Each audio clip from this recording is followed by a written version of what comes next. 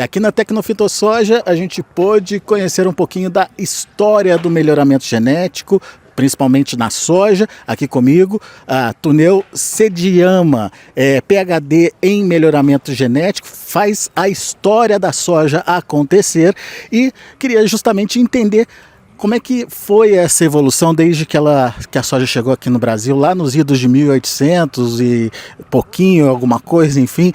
O que mudou de lá para cá? Isso é uma notícia extremamente interessante para que hoje nós somos o maior produtor mundial.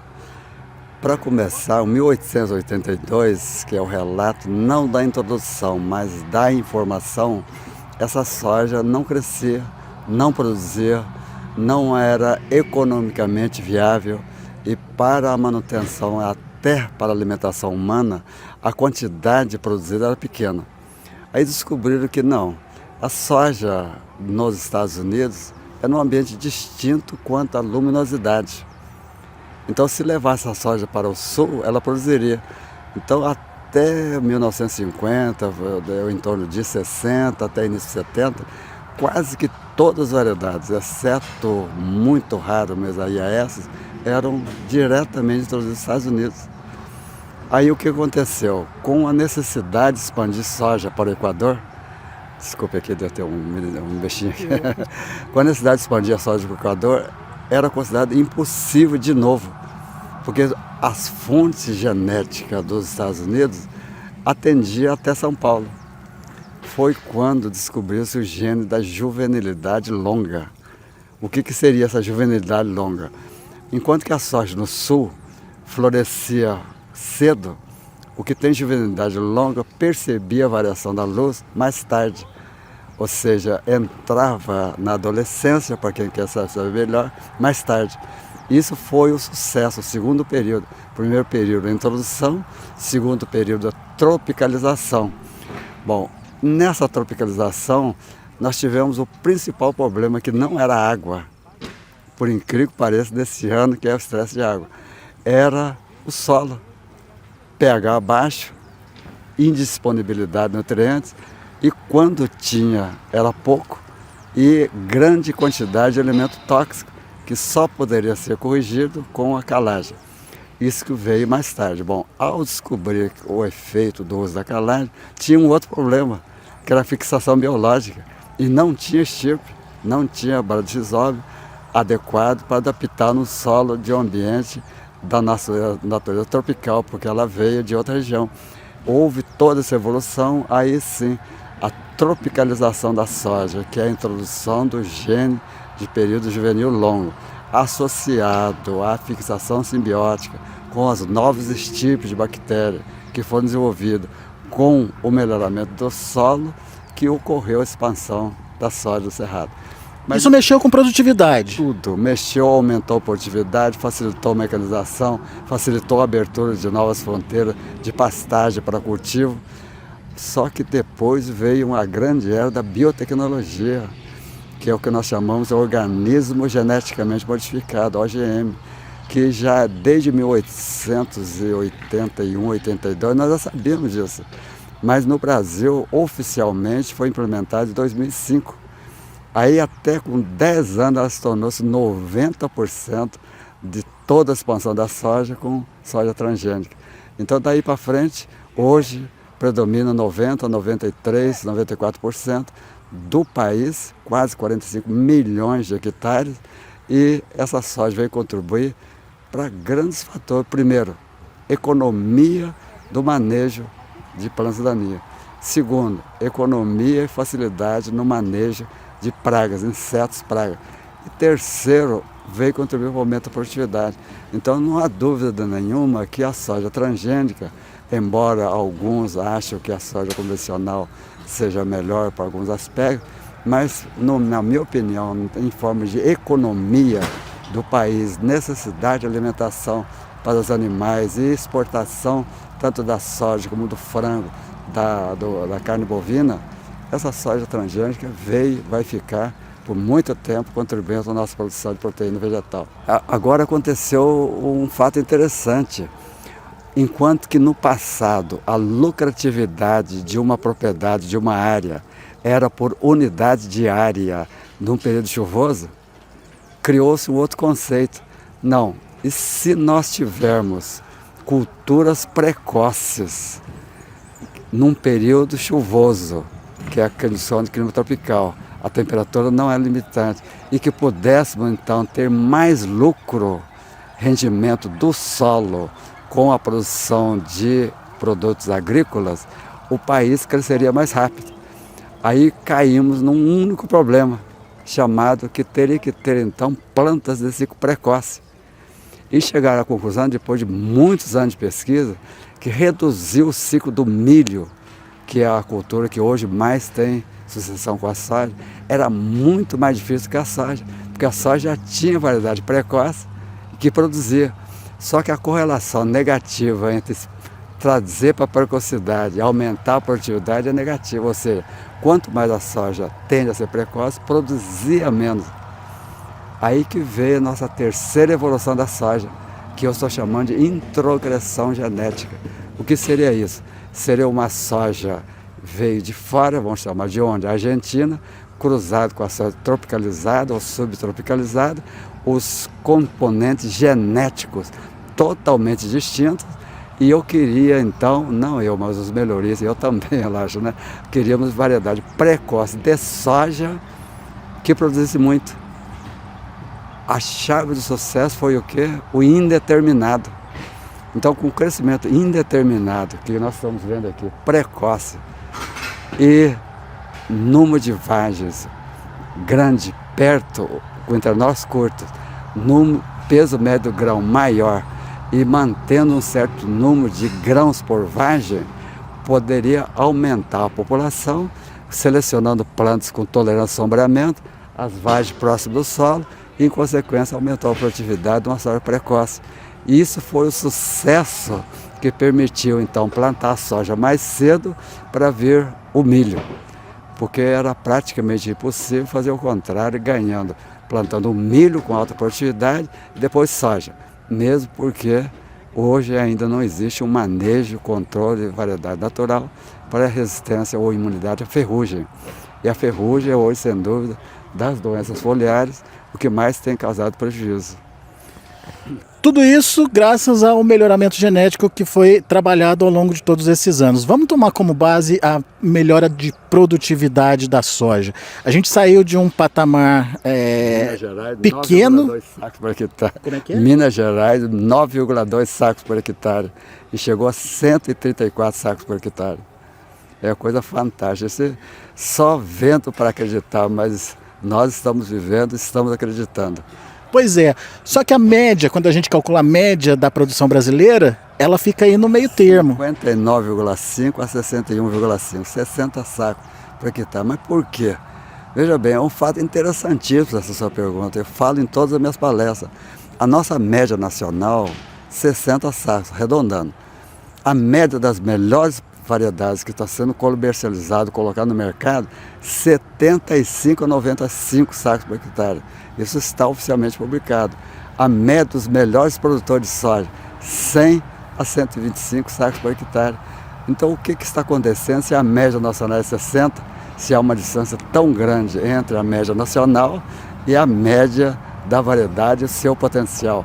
E muito mais ainda, hoje nós temos no Brasil a maior equipe do mundo em conhecimento da soja tropicalizada, não no sentido de variedade tropicalizada, mas soja da região tropical.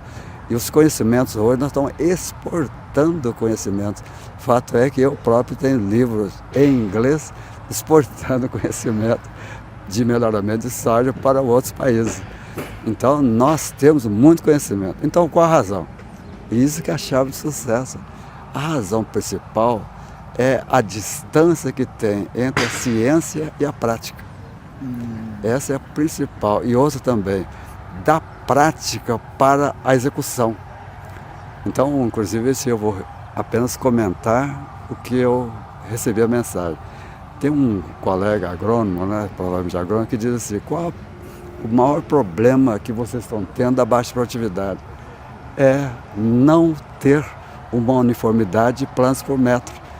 Então, se eu não tenho uma uniformidade de plantas por metro quadrado, como é que eu vou expressar 1 metro quadrado de amostragem de soja para extrapolar isso em 45 milhões de hectares? Não é possível. Mas qual a razão principal? Ele cita o desconhecimento do uso dos equipamentos que ele tem. Ele tem o melhor equipamento, mas não é capaz de manutenção, não é capaz da utilização, o manejo que está utilizando o solo não é o melhor manejo, assim por diante. Ou seja, não é a variedade, é a falta de uso do conhecimento, e esse conhecimento nós temos aqui para um futuro de 300 sacas ou mais por hectare. Pois é, esse número me impressionou bastante. Está mostrando ali, publicado esses dados, né? É coisa fantástica, não foram inventados não. É fato realizado, obtido, com plantas contando o número de vargem, peso médio da semente, gramas por planta, a capacidade fotossintética dessa planta. Se tudo correr bem, se todas as flores vingassem no peso médio de semente que nós temos, passaria 330 sacos por hectare. Aumentando a média, talvez? Aumentaria a nossa média, tudo, aumentaria a média talvez, nós chegaríamos a 200 sacos, 250 sacos por hectare. Kip Keeler, o último pesquisador lá dos Estados Unidos, produtor, Alex Harrell, né? Ele conseguiu 230 sacos por hectare, tranquilamente, sorridente, todo tranquilo, pelo uso de tecnologia. A variedade de soja tem 300 sacos, todo mundo sabe que já tem. Essas 300 sacas, elas estão perto de acontecer ou ainda precisa muita pesquisa? Elas estão perto, no meu entender, estão perto. Porque quando eu comecei há 55 anos atrás, a média era quanto? Uma média alta, 30 sacos, era altíssima. Hoje é 230. Então, talvez menos de 50 anos, nós ultrapassamos 300. E o que vem por aí? O que o senhor tem visto aí em termos de nova fase do melhoramento genético? Esse é um detalhe, porque a genética, o melhoramento, os melhoristas pensam muito no futuro. Então, quando alguém vem conversar comigo, a primeira coisa que eu falo é a seguinte: olha, mas qual é o tempo que você quer ter o seu resultado? Porque tudo que nós conversarmos, até que você ganhe um dinheirinho, é 5 anos. Então, daqui 5 anos, é possível ter uma variedade com tolerância a esse estresse hídrico? Essa variedade está pronta. Por incrível que pareça, geneticamente, está pronta. Já se conhece todos entre aspas, né? A maioria dos fenômenos do processo chamado oxidativo, que produz radicais. Esses radicais livres, que são altamente fitotóxicos, que induzem a senescência da planta na falta de água. Então, se uma vez que já conhece bloqueando esse sistema, o que vai acontecer? Na falta de água, ela entra, entre aspas, em dormência. Ao voltar à água, ela praticamente recupera sem ter, digamos assim, vivido num ambiente hostil, estressado, diminuído, digamos, a capacidade de divisão celular, capacidade fotossintética e assim por diante. Ela já existe, só que não é, no meu entender, não está sendo ainda divulgado da forma que deveria, porque não é o momento. Falta investimento? Não é o momento exato de se colocar isso em prática, porque quem está fazendo isso gasta milhões e milhões de dólares. Para cada programa de melhoramento é muito caro. Então, nós temos que ter um retorno pelo investimento. Isso todo mundo dá para entender isso. E não se pode colocar uma novidade em prática sem que tenha certeza absoluta, exatamente, a garantia de que vamos ter retorno. E outro também, só para uma lembrança, né? Hoje a soja é usada em biocombustível. No entanto, existe variedade de soja com alto teor de ácido oleico que produziria muito mais biocombustível com menor quantidade de soja. Também não está no mercado, porque também acho que isso não é o momento. O senhor citou também a soja com alta taxa fotossintética. O que é isso? Traduz para a gente. É o seguinte: fotossíntese, carbono, oxigênio, hidrogênio, água e luz, né? CO2 e água e luz, vai produzir C6H12O6, que é o produto, o carboidrato. Associado aos outros elementos minerais, vai produzir então a soja. Então o que acontece? Luz. Vamos dizer que água é suficiente, nutriente é suficiente, a soja está presente. O problema é luz para fotossíntese, que vai fotossintetizar, transformar os materiais orgânicos, os minerais na planta orgânica para produzir o grão. E para isso precisa de acumular, transformar essas energias, digamos assim. Quando chove, a nebulosidade vem. Quando chega a noite, escurece, então não tem luz. Todos pensamos que quando chove está ajudando a soja? Está. Mas quanto tempo que está gastando para que a nuvem desapareça e que a taxa fotossintética da soja retorne ao normal? Várias horas. Então, na verdade, o que o pessoal pensa assim, não, choveu, a minha produtividade vai recuperar? Vai, mas não tanto quanto era para chegar, por causa dessa lentidão da planta que está, na verdade, entre aspas, protegendo para sobreviver, para recuperar a taxa fotossintética. Então descobriu-se genes hoje que é capaz de governar esse fato. E ela está sendo introduzida de tal forma que uma vez sombreado, apareceu a luz, voltou, aumenta a produtividade em média 33% a mais. É como se ela pudesse acelerar a fotossíntese depois de um estado de falta de insolação. Exatamente. Se ficou tempo nublado, choveu, não tem luz, cessa a fotossíntese. À noite, cessa a fotossíntese. O problema não é cessar a fotossíntese, ela continua respirando. Para respirar, ela está fenecendo. E com o retorno da luz na presença da água e a velocidade rápida dessa planta voltar à taxa fotossintética, que fez com que a soja produzisse mais. Então, o uso desses novos genes que estão sendo trabalhados, em breve nós teremos um aumento grande de produtividade da soja. Essa variedade já está pronta também? Não está pronta a variedade, mas já está em teste, já existe, já tem muitos artigos científicos publicados, e é impressionante, a planta que é normal, numa certa estatura, é outra planta quase que o dobro de altura, de volume de folha, isso é impressionante.